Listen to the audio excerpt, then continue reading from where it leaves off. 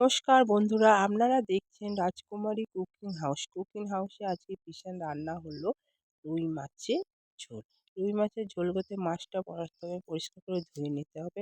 তারপরে মাছের মধ্যে একে একে নুন, পরিমাণ মতন হলুদ দিয়ে প্রথমে মাছটাকে ভালোভাবে মাখিয়ে নিতে হবে। মাখিয়ে নিয়ে কড়াইতে তেল গরম করে, তেল গরম হয়ে যে আসবে সেই মাছ ছেড়ে দিতে হবে। মাছ ছাড়ার পরে লাল লাল করে ভেজে নামিয়ে নিতে হবে। ওই কড়াইতে তেলে ফোড়ন দিয়ে আলুটা ভালো করে ভেজে নিতে হবে।